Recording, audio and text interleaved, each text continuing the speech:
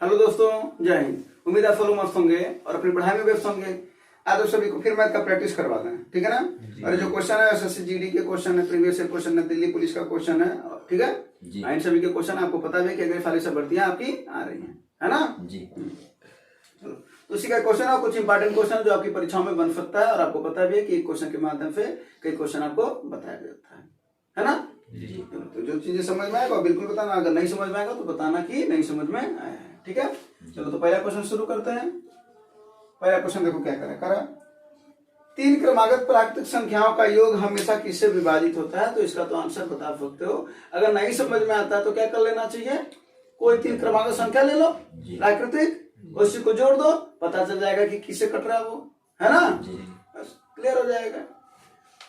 अगर बात करा जाए कि 3 क्रमागत को क्या माना जाता है, ठीक है, तो क्या माना जाता है? पहला x, फिर x प्लस, फिर x प्लस 2, ये माना जाता है। अगर वहीं पर 3 सम रहता, अगर यही पर यही सवाल दे देता 3 सम या 3 विषम दे देता, तब क्या करते? तब क्या मानते? x plus 2, x plus 4।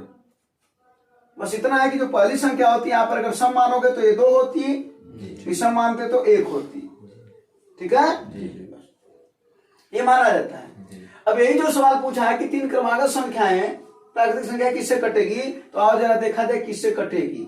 इसको देखो, सबको जोड़ दो, योग है ना उसका, क्या हो जाएगा? 2 1 3 और x मिलकर के कितना है? 3x प्लस 3 कॉमन है, x प्लस 1 बचा। इसके गुणनखंड के रूप में कौन आ रहा है? 3 आ रहा ना। तो जो गुणनखंड के रूप में रहता है उसी से वो विभाजित भी होता है, अर्थात किससे कटेगा? 3 से। क्लियर हो? और नहीं समझ में आता तो कोई संख्या लिख लो, 1 लिख लो, 2 लिख लो, 3 लिख लो। देखो 3 2 5 1 6, 6 किससे कटेगा? 3 से कटेगा ना बोलो हाँ। अगर वहीं पर बात आ जाती कि 3 सम संख्याएं ये किससे कटेंगे, तो जरा देखो इनको जोड़ दो, x plus 2 plus x plus 4 क्या आएगा? x मिलकर के 3x प्लस 4 2 क्या कॉमन है? 3। यानी ये भी किससे कटेगा? कम से कम 3 से कटेगा। लेकिन एक बात और बता दें तुम लोगों को कि अगर सवाल पूछेगा कि 3 क्रमागत सम संख्याएं किससे कटेगी, तो सबसे पहले तो सम संख्या 2 से कटती है। बोलो हाँ या नहीं? सम संख्या तो 2 से कटती है, उसी को तो सम संख्या बोलते हैं। तो सम संख्या अगर 2 से कटती है तो सम संख्या का योग भी सम संख्या होता है, तो सम संख्या का योग भी 2 से कटेगा कि नहीं? बोलो। तो जब 2 से कटेगा और 3 से तो 110% कट रहा है, तुम्हारा 6 से नहीं कटेगा का? जो संख्या 2 और 3 से कटती है वो 6 से भी कटती है। क्लियर हो? नहीं मान रहे? शुरुआत का देख लो जरा सा, शुरुआत का संख्या ले लो, 2 4 और 6, ये क्रमागत है। क्रमागत सम संख्या है ना। 6 4 10 2 12। अब बताओ 12 2 से कट रहा है कि नहीं? 3 से कट रहा है कि नहीं? तो 6 से कट रहा है कि नहीं? अब इससे छोटी तो विषम संख्या, सॉरी सम संख्या तो नहीं होगी ना। समझे कि नहीं? हाँ। लेकिन अगर यही सवाल अगर ये दे देता कि 3 क्रमागत विषम संख्या किससे कटेंगी, तो विषम संख्या इसका गुणनखंड के रूप में कौन आ रहा है? 3 आ रहा है, क्योंकि जब वही मानेंगे तो 3 ही तो आ रहा है, तो 3 से कटेगी। आओ देखा दे किसी और से कटेगी क्या। चलो आओ देखते हैं। कोई 3 संख्या बताओ, कहीं से भी शुरुआत करो। चलो 1 ले लो, 3 ले लो और 5 5 3 8 1 9 3 से कटेगा कि नहीं? कटेगा। अब बोलो 3 से कटेगा, 9 से भी तो कट रहा है। कोई बात नहीं, कोई और संख्या भी ले लो। तो ले लेते हैं 11 13 और 15, यही ना। 5 3 8 1 9 1 1 2 1। अब देखो ये किससे कट रहा है? 3 और 13 से। समझे? यानी 3 ही वो संख्या है जिससे हर 3 क्रमागत विषम संख्याएं कटेंगी। बोलो हाँ या नहीं? हाँ? कोई दिक्कत? हाँ? तो इस सवाल को नोट करके उतार दो। दो। चलो कोई दिक्कत नहीं है ना? बोलो। तो इसको नोट करके लिख लेना, ठीक है? हाँ? तो इसको नोट करके लिख लेना कि 3 क्रमागत, अगर ध्यान देना 3 क्रमागत, और अक्सर कितना 3 क्रमागत पर ही सवाल बनता है। 3 क्रमागत पर ही सवाल बनता है, ठीक है? तो बस तीन क्रमागत सम संख्या है, अरे क्या नाम क्रमागत संख्या है तो 3 से कटेंगी, सम संख्या है तो 2, 3 और 6 से कटेगी। तीन क्रमागत अगर विषम संख्या है तो मात्र 3 से कटेगी। क्लियर हो? जी।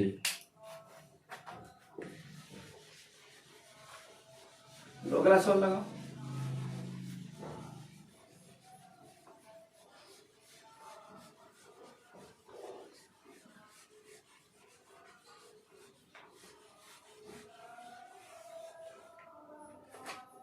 अगला सवाल लगाओ।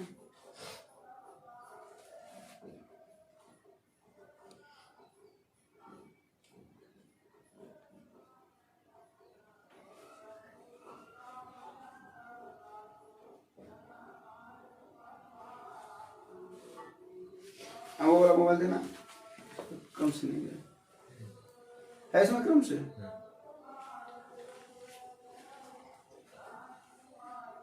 ठीक, अगला फल देखो क्या बोला है। एक टंकी का 3/4 हिस्सा तेल से भरा हुआ है, देखते रहना, इसको बोल दो। एक टंकी का 3/4 हिस्सा तेल से भरा हुआ है, ये बोला ना। अरे उसमें से 60 लीटर तेल निकालने के बाद टंकी का 2/3 भाग भरा हुआ है, यानी उसमें से निकाला जाता है। निकालने का मतलब उसकी कमी, कमी मतलब अंतर, यही ना। चलो देखो बड़ा आसानी से कैसे लगा सकते हो। एक तो ये तरीका हुआ कि 3/4 और 2/3 का अंतर किसके बराबर है? 60 के बराबर है। हाँ, तो क्या हो जाएगा यहाँ से 4 और 3 का एलसीएम 12, 12 से इसको काटोगे तो 3 त्रिक का 9 पर आएगा, और 3 से काटोगे 4 दूना 8 बराबर 60, ये ना। तो 9 में 60 जाए, एक यानी 1/12 बराबर 60 के, तो 1 बराबर तो 12 उधर गुणा हो जाएगा, यानी 12 गुणे 60 इक्वल टू 720। एक तो ये तरीका हुआ, बोलो। एक और तरीका हुआ, जरा देखो इधर। ये एक भाग कितना 3/4 और दूसरा भाग कितना है 2/3। इतना निकाला जा रहा है, वो तो अंतर दे रखा है 60 का। 60 क्या है? अंतर 60 लीटर है ना, 60 लीटर अंतर दे रखा है। इसका रेशियो ज्ञात कर लो। इसका क्या ज्ञात कर लो? रेशियो। तो रेशियो ज्ञात करने के लिए क्या करोगे? 4 और 3 के एलसीएम से गुणा करोगे, यानी 12, 12 का गुणा करोगे, है ना। कितना हो जाएगा? 4 3 12, 3 त्रिक का 9 और 3 चौके 12, 4 दूना 8, तो 9:8 आया कि नहीं आया? हाँ, तो 9 में से 8 निकाले हो तभी तो 60 बच रहा है, अर्थात 1 बराबर कितना? 60। इसी का अंतर ही तो 60 है, तो 1 बराबर 60। तो कितने हैं टोटल? 12 ही तो है टोटल। अरे भाई 12 एलसीएम ले हो ना उसका, तो 12 ही क्या है? कुल है।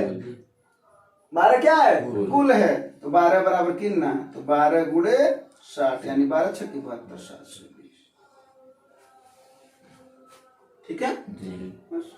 तो ऐसा सवाल आया अगर कभी तो तुम तुरंत सोच सकते हो, जो नीचे वाले हैं यानी 3/4 और 2/3 ना, तो 4 और 3 का एलसीएम ले लो, यानी कुल भाग कितना हो गया? 12। कुल भाग कितना हो गया? 12। तो पहला भाग कितना हो गया? 9, और फिर क्या हो गया? उसमें से जो निकाला गया वो 8 हो गया। तो 1 बराबर 60, तो कुल कितना था? 12 था। एलसीएम तो उसका कुल भाग हो गया। अगला सवाल लगाओ।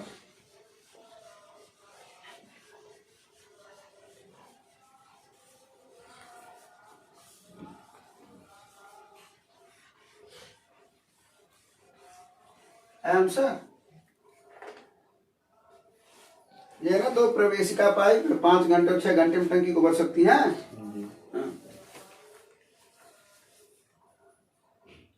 और एक निकासी पाइप 24 गैलन प्रति घंटे निकालती है और तीनों साथ काम करती है। ऐसे सवाल एक दिन बताया था ना। ऐसे सवाल में क्या करना ना, जो निकासी पाइप है, जो गैलन खाली कर रहा है, उसको किनारे रख दो, बाकी तुम अपना काम करो। बाकी काम कैसे करोगे? एक पाइप मान लेते ए है, 5 घंटे में क्या कर रही है? भर रही है ना। बी है, 6 घंटे में भर रही है। अगर इसके साथ जब कोई एक और आ जा रहा है तो क्या हो रहा है? 10 घंटे में भर रहा है। बोलो। इसका और इसका मतलब है कि जब ये 2 लोग भर रहे हैं तो कोई न कोई एक है जो क्या कर रहा है? खाली कर रहा है, क्योंकि खाली करने वाला भी उसी में टंकी लगा हुआ है। आओ अभी खाली करने वाले की क्षमता ज्ञात करेंगे हम लोग, यही ना। तो 5, 6 और 10 का एलसीएम कितना हो जाएगा? पूरा काम अपने को कितना मिल गया? इसकी क्षमता कितनी आ जाएगी? प्लस है ना। इसकी क्षमता कितनी आ जाएगी?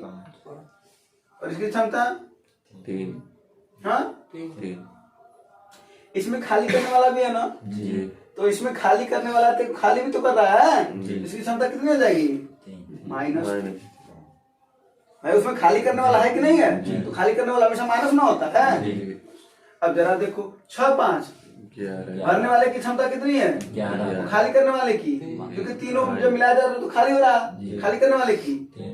तो अब एक बात बताओ, समय बराबर क्या होता है कार्य बटा क्षमता। कार्य कितना है 30 है और क्षमता कितनी है 6 5 11 कुलता 11 में से 3 को घटाया, यानी खाली करने वाली क्षमता कितनी थी 8 क्योंकि तीनों जब कर रहे हैं ठीक है ना, तो उनका माइनस 3 आ रहा है ना, तो ये इसका समय आ गया।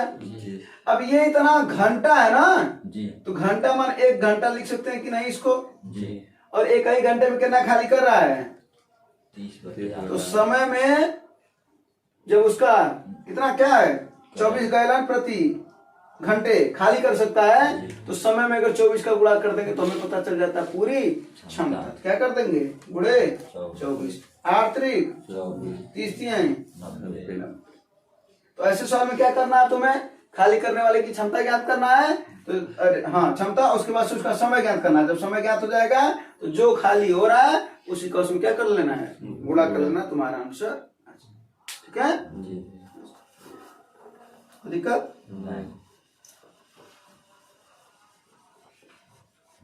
अगला सवाल।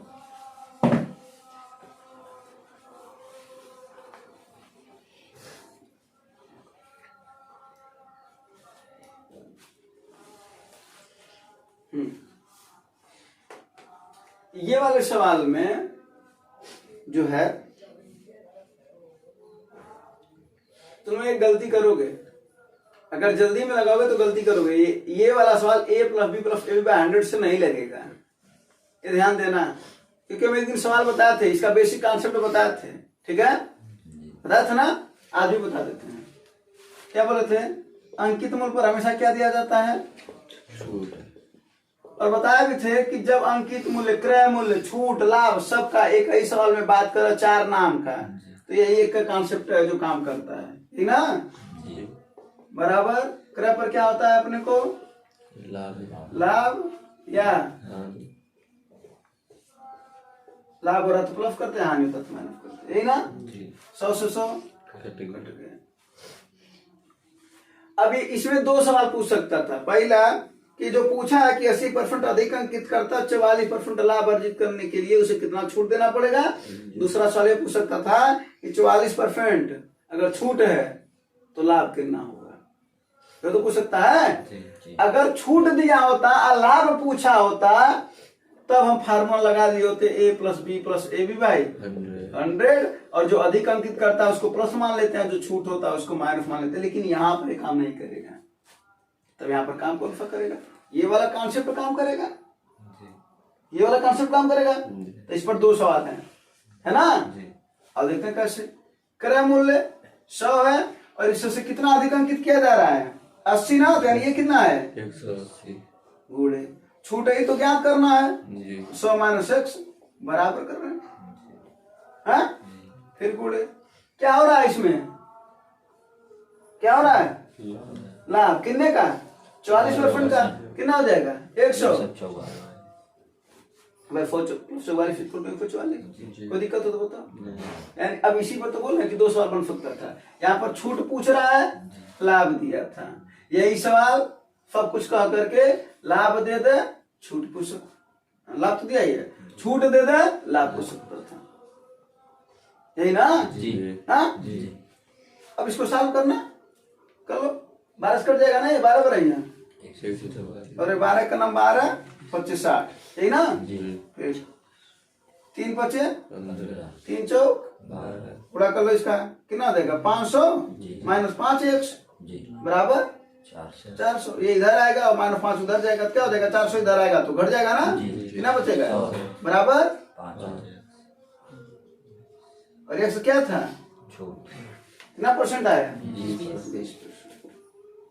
ठीक है, तो इस पर नहीं लगेगा, इस वाले पर, और वाला फॉल लगा लेना। अगर वही यही सवाल चेंज करके दे देता क्या कि छूट है 44% तो लाभ बताओ, तब हम यहाँ पर 44 करते तो 100 में 44 जाता कितना हो जाता?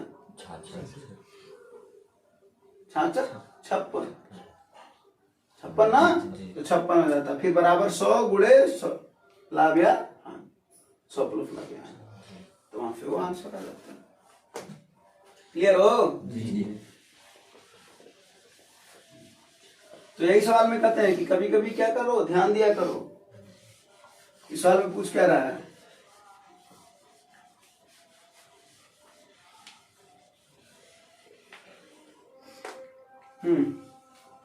अगला देखो, अगला फल लगाओ। x minus Y, Y minus Z, इसका अनुपात रखा जेड माइनस के 2, 3 और 5 के अनुपात में दे रखा है। तो बताओ उसकी वैल्यू क्या होगी?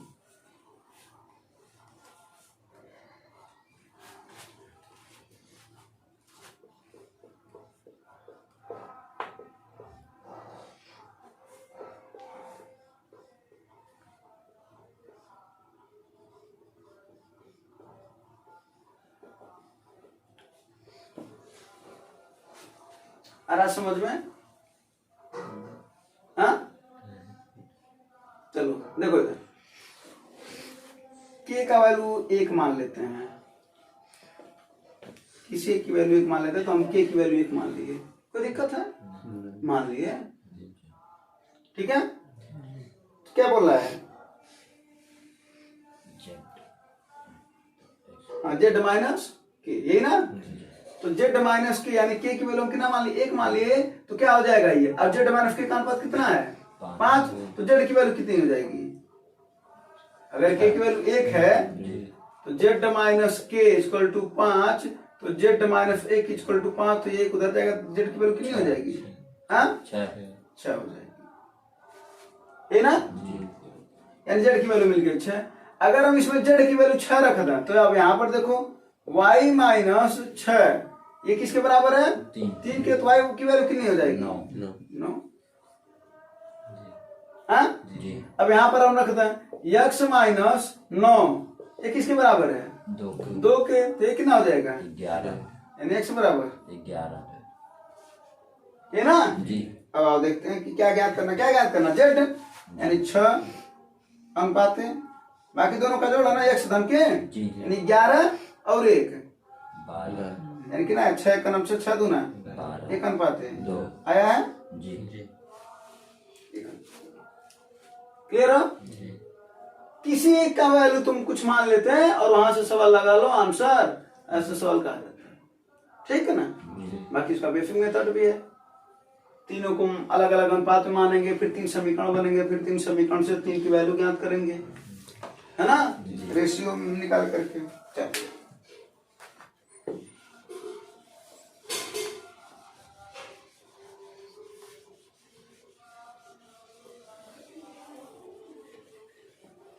अगला फल है, एक विक्रेता एक वस्तु को बेच करके 25% का लाभ अर्जित करता है।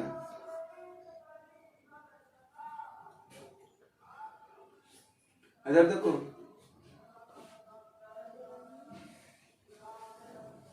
एक विक्रेता एक वस्तु को बेचकर 25% का लाभ अर्जित करता है। यदि वह आधे मूल्य पर वस्तु खरीदता तो उसी विक्रय मूल्य पर बेचता तो लाभ परसेंट कितना होता? कितना आया आंसर? 150। बाकी लोगों का बड़ा आसान से ऐसे सामने सीधा सीधा तुरंत लिख दिया करो। क्रय हो गया, विक्रय हो गया और लाभ हो गया। क्या करा? 25% लाभ है, क्रय अगर 100 है और लाभ 25 का है तो कितना हो जाएगा विक्रय? 125। ये पहली बात क्लियर। अब कर रहा दूसरी बात, ये तो आधे मूल्य पर खरीदता है, यानी 100 के पर कितने पर खरीदता है? 50 पर, और उसी मूल्य पर बेचता, माने कितने पर? 125। तो पूछ रहा है, तो बताओ लाभ कितना होगा? ये बताओ लाभ हो रहा है कि नहीं हो रहा है? कितने रुपए का? 75 रुपए का। तो क्या होता है लाभ?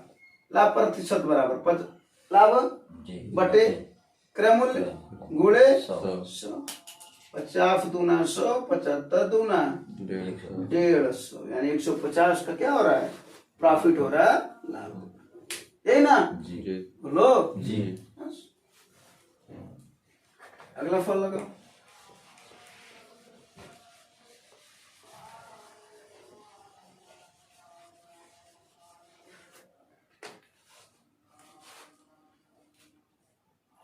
एक घन की भुजा में क्या किया जा रहा है? 20% की वृद्धि। तो घन के आयतन में कितने % की वृद्धि हो जाएगी? बता दो ना सवाल। जी हाँ, जी घन का अगर हम आयतन लिख दें क्या होता है? आयतन भुजा का क्यू ये होता है। इसका पृष्ठीय क्षेत्र कितना होता है? पृष्ठीय क्षेत्र कितना होता है? 6 स्क्वायर। इसका विकर्ण कितना होता है?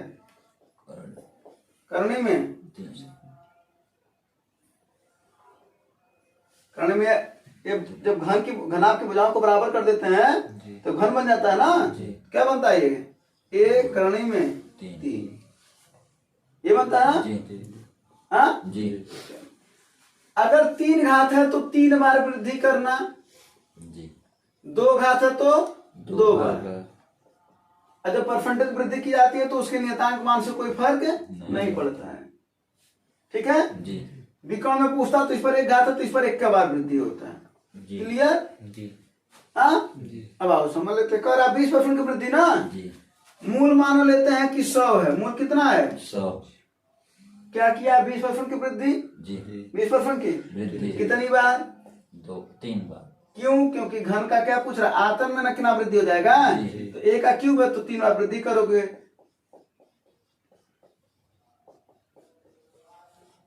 बोलो यही ना। जी बोलो जी अगर वहीं पर अगर पूछता उसके पृष्ठीय क्षेत्र में कितना वृद्धि हो जाता तब क्या करते हैं? 100 लिखते गुणे 120 बटा 100 गुणे 120 बटा 100 2 बार करते। जी बोलो जी चलो तो ये बार फल अपना वाला फल लगा लिया जाए। 00 कट गया, जी 2 0 से वाला भी कट गया, 1 0 से कट गया। 12 गुणे 12 गुणे 12 12 का क्यूब कितना होता है? 1728 1728 आप बटे 10 कितना हो जाएगा? 10 यही ना। जी पहले मूल आयतन कितना था? 100 कितना हो गया? 172.8 अगर पूछा होता कितना हो जाता तो 172.8%। पूछा कितना वृद्धि हुआ? कितने का वृद्धि हुआ है? 72.8%।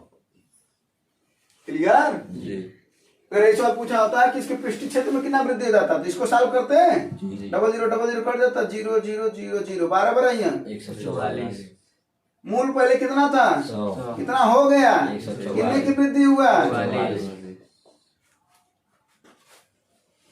ठीक है। जी फार्मूला भी नोट कर लो और ध्यान दिया हो गया ना कि 3 घात रहेगा तो 3 बार, 2 घात रहेगा तो 2 बार और 1 का घात रहेगा तो जैसे अगर पूछा तो विकर्ण में कितना वृद्धि हो जाएगा? वही का वही रहेगा। यानी 20% वृद्धि तो वो भी 20% ही बढ़ेगा।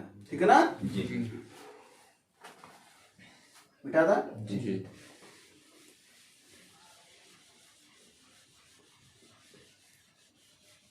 अगला सवाल लगा।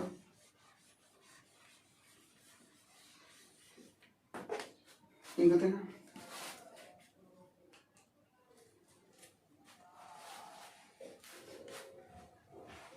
देखो करा 2 रेलगाड़ी समान दिशा में 60 किलोमीटर प्रति घंटा और 70 में जा रही है। समान दिशा में जा रही है, यही ना। जी तेज गति से चलने वाली रेलगाड़ी को धीरे गति से चलने वाली रेलगाड़ी में बैठे एक व्यक्ति को पार करने में 2 मिनट 42 सेकंड लगते हैं। तो तेज गति से चलने वाली रेलगाड़ी की लंबाई क्या होगी? आ रहा है? जी कितना आंसर है? 450 मिनट 450। बाकी लोग का देखो इधर तुम लोग को हम कॉन्सेप्ट बताए थे ट्रेन वाले में। जी क्या बताए थे कि जब ट्रेन किसी व्यक्ति को पार करे, ठीक है, तो मात्र ट्रेन की लंबाई ही उसकी दूरी होती है। जी बोले थे ना। जी और इसमें क्या है? 2 ट्रेन है, इस वजह से तुम कंफ्यूज हो गए। तो एक बात बताओ, 2 ट्रेन में भी अगर एक ट्रेन में व्यक्ति बैठा रहेगा तो उसको जब पार करेगा तो अपनी लंबाई के बराबर ही तो पार करेगा ना। जी उस व्यक्ति को पार करने का अपनी लंबाई के बराबर ही तो पार करेगा। बोलो। तो इसका मतलब हुआ कि हमको क्या ज्ञात करना है यहाँ पर? समय। और समय बराबर क्या होता है? दूरी बटा 4। यहाँ तक क्लियर हो? जी हाँ। जी एक चीज एकदम स्पष्ट है, क्या याद करना अपने को? रेलगाड़ी की लंबाई। तो दूरी याद करना ना अपने को। यहाँ पर ऐसे तो लिख लेते हैं, तो क्या क्या ये लिख रहे हैं? तो ये लिख लेते हैं ना, जब दूरी याद करना है लंबाई तो दूरी बराबर क्या हो जाएगा? 4 4 गुणे समय समय। कोई दिक्कत हो तो बताओ। नहीं यानी एक नोट स्पष्ट कर लो कि जब ट्रेन दूसरी ट्रेन में बैठे व्यक्ति को पार करता है तो मात्र वो जो तेज चलने वाली है वो अपनी लंबाई को ही पार करता है।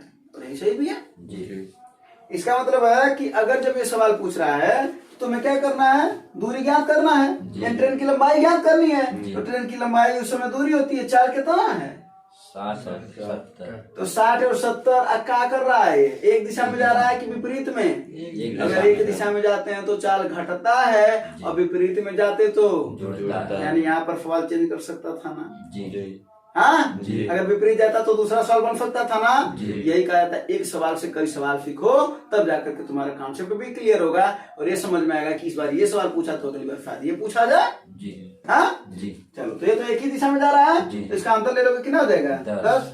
10 किलोमीटर प्रति घंटा ना। तो इसको किसमें बदलना है, मीटर प्रति क्या कर दोगे 5/18। 5/18।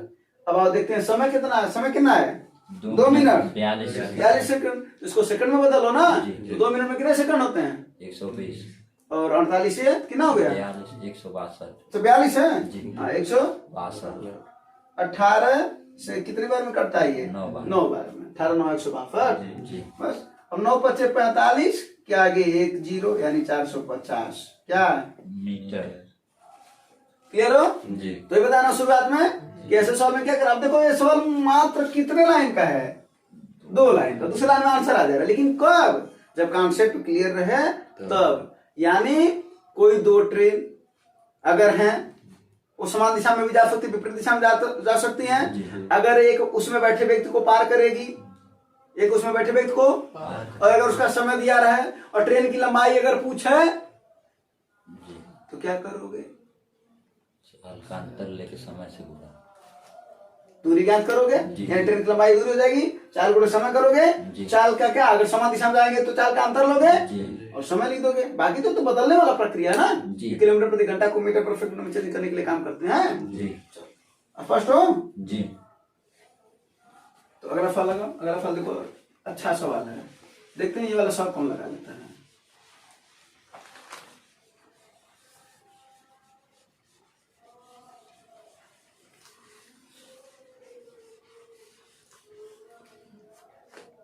हाँ ये वाला सवाल बताओ, आंसर आया। ये भी है दुनिया लाइन का सवाल, समझने वाली बात है। 2 व्यक्ति हैं ए और बी, सुबह 10:30 बजे से एक दूसरे से 110 किलोमीटर की दूरी पर हैं। ये ना है। जी 30 मिनट बाद ए 20 किलोमीटर प्रति घंटा की गति से बी की तरफ आगे बढ़ता है, जबकि दोपहर 12 बजे से बी 15 किलोमीटर प्रति घंटा की गति से ए से दूर जाता है। तो पूछ रहा अगले दिन वो कितने बजे मिलेंगे। आंसर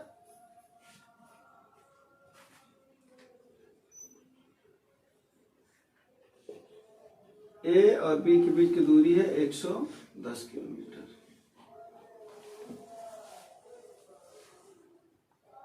साढ़े 10 बजे का टाइम है, ये लोग खड़े हैं, ठीक है ना।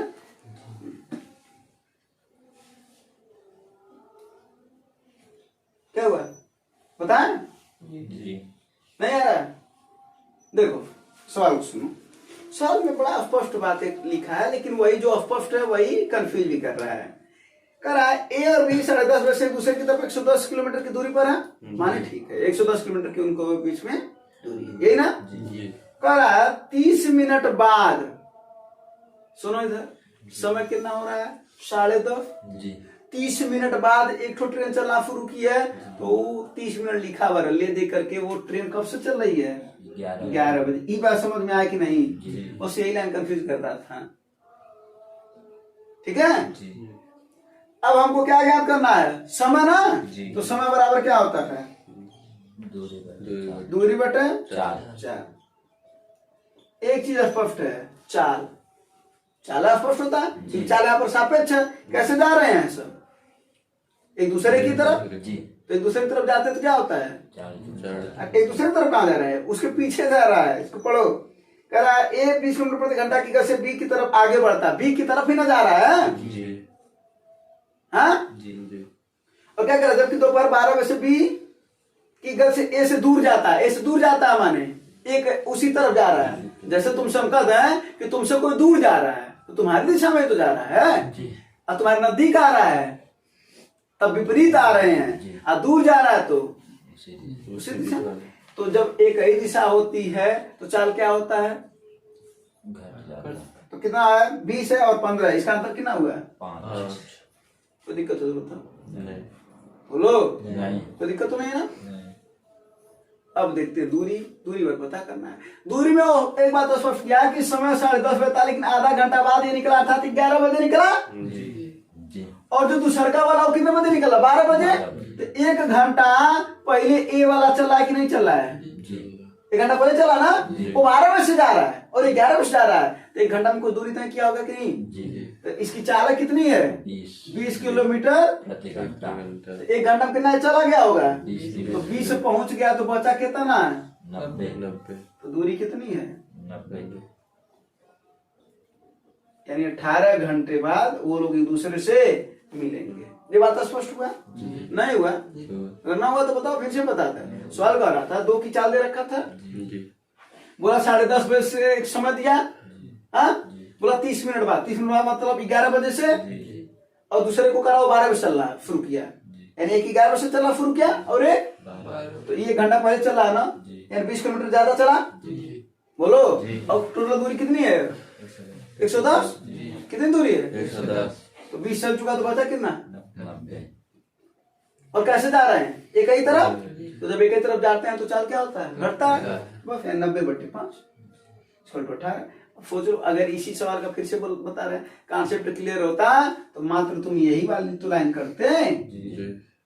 हाँ सवाल पूछा कितने घंटे बाद एक दूसरे से मिलेंगे? 18 घंटे बाद। समय पूछा ना, तो 12 बजे से बात की हो ना तुम, क्योंकि 12 बजे से बात शुरू हुआ है कि 11 बजे तो इसको 1 घंटा तुम चला ही दिए, तो अब बात 12 बजे की है, तो 12 बजे अब 18 जोड़ोगे कितना आएगा? अगले दिन 6। अगले दिन ना भाई, वो तो पूछा ही अगले दिन कितने बजे? सुबह में तो 6 बजे मिलेंगे। क्लियर? हाँ जी। और अगर कह दिया होता एक दूसरे के दिशा में आ रहे हैं तब क्या होता है? तब 90 बटा, तब चाल क्या होता? जुट जाता ना, तो कितना? 20 और 15 35 हो जाता है, तब इतने घंटे बाद। जी ठीक है? कोई दिक्कत? अभी ना सोचो कि कट नहीं रहा है, हो तो ऐसा सवाल देता बाद में कट जाता, तो इसका 15 इधर पर 10 देता, तो 10 देता तो क्या हो जाता है? 20 10 30, तो 30 हो जाता ना ये। तो कितनी बार में कट जाता? 3, यानी 3 घंटे बाद लोग मिल जाते हैं। जब विपरीत में आएंगे तो जल्दी मिलेंगे, और वैसे एक दिशा में जाएंगे तो जाहिर सी बात है। हाँ कोई दिक्कत? इसमें कितने सवाल हैं? 2 सवाल। कितने सवाल? बात समझ में आया कि नहीं आया? हाँ अगला फूल लगा।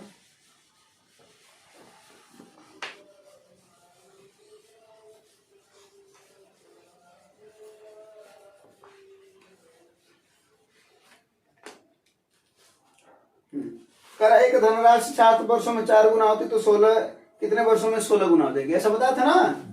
अगर साधारण ब्याज पर सवाल पूछेगा तो हमेशा क्या करना? देखो 7 वर्ष में कितना? 4 गुना। तो करा कितने वर्ष में? 16 गुना। ऐसा सवाल पूछेगा तो क्या करना भैया? 7 बटा इसको x मान लो बराबर, इन सभी में से एक एक माइनस कर दो, तो 4 में से 1 जा, 16 में से 1 जा, 3 पचे 5 इधर जाएगा तो 7 पचे 35 साल में हो जाएगा। हमेशा ही करना, जब भी साधारण ब्याज का सवाल पूछेगा तो क्या करना है? वर्ष बटे वर्ष, एक एक कम कर देना, गुना वाला जो दे रखा है 4 में से 3, 16 में से 15, ये आंसर। ठीक है? हाँ अगला सवाल देखते हैं।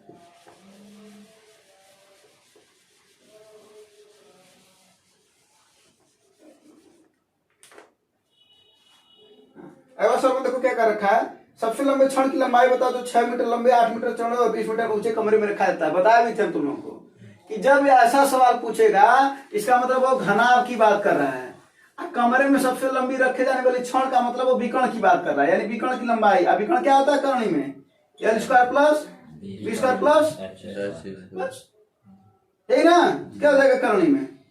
6 का स्क्वायर प्लस 8 का स्क्वायर प्लस 20 का स्क्वायर, यही ना। इसको सॉल्व करके बताओ कितना होगा। तो हम बताते हैं, फार्मूला भी बताते हैं। घन यानी घनाभ का विकर्ण यह होता है, है ना। अगर आयतन की बात करता तब क्या होता है, लंबाई गुणे चौड़ाई गुणे ऊंचाई, है ना। अगर इसके संपूर्ण पृष्ठ यानी पृष्ठीय क्षेत्रफल की बात करता तब क्या होता है, 2 LB प्लस BH प्लस है ना। जी। कोई दिक्कत, इसका आंसर कितना है 10√5। 10√5। इसका आंसर बताना फल लो, ये आया कि नहीं, ठीक है। जी।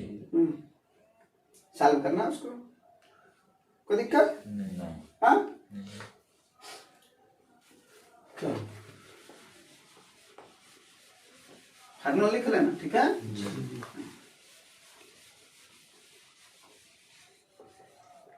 अगला सवाल क्या है, बेलन का वक्र पृष्ठीय क्षेत्रफल ज्ञात करना ना। तो बेलन का आयतन क्या होता है, पाई r स्क्वायर h, वक्र पृष्ठ क्या होता है 2 पाई, संपूर्ण पृष्ठ क्या होता है 2 पाई r कोष्टक में h प्लस। अब तुमको अगर r और h पता रहे तो सब आयतन भी ज्ञात हो सकता है, वक्र पृष्ठ भी और संपूर्ण पृष्ठ भी। इसमें क्या ज्ञात करना है, वक्र पृष्ठ ना, यानी यही वाला ना, क्या हो जाएगा 2 गुणे 22 बटा गुणे r की वैल्यू कितनी है 21। h की वैल्यू कितनी है 7 है ना। 22 दूना 44, 44 गुणे 30 तिहाई 90, 0 इधर उतार दो, 9 चौके 36, 9 चौके 36, 3 39, 60। बोलो जी। हाँ जी। फार्मूला नोट कर लेना तीनों, बेटा।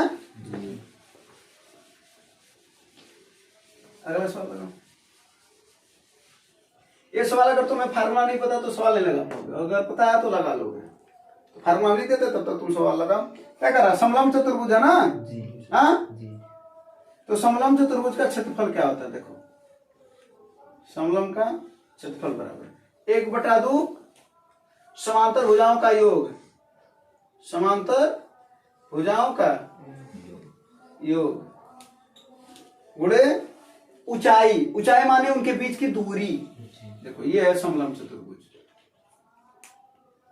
ठीक है। तो इसका क्षेत्रफल अगर ज्ञात करना है तो देखो ये क्या करा, समांतर भुजाओं का योग, ये समांतर भुजाएं हैं, ठीक है, और इनके बीच की दूरी, यही तो इनके बीच की दूरी। हाँ, तो उसी को ऊंचाई भी बोलते हैं, गुणे इनके बीच की दूरी। अब क्या ज्ञात करना है, उनके बीच की दूरी ज्ञात करना है। सब कुछ तो दे रखा है। समलंब चतुर्भुज का क्षेत्रफल कितना है 1176। 1/2 समांतर भुजाओं का योग, कितनी भुजाएं हैं 14 और 35, 14 प्लस 35 गुणे उनके बीच की दूरी। फार्मूला नोट कर लेना बस, उसके बाद से सॉल्व तो लगाना है बस, यही ना। कितना हो जाएगा, इसका गुणा कर दो 1176 गुणे 2 बटा 14 और 35 कितना हो रहा है 49 बराबर दूरी, यही ना। इसको काट दो 7 होते हैं, 7 से कटेगा नहीं है, कितनी बार में कटेगा 7 का नाम 7, 4 आया 47 हो गया, 7 6 42, 5 7 8 56, है ना। फिर 7 से काटो, 7 दूना 2 बचा, 7 चौक 28, 24 दूना 48। यानी उनके बीच की दूरी कितनी है।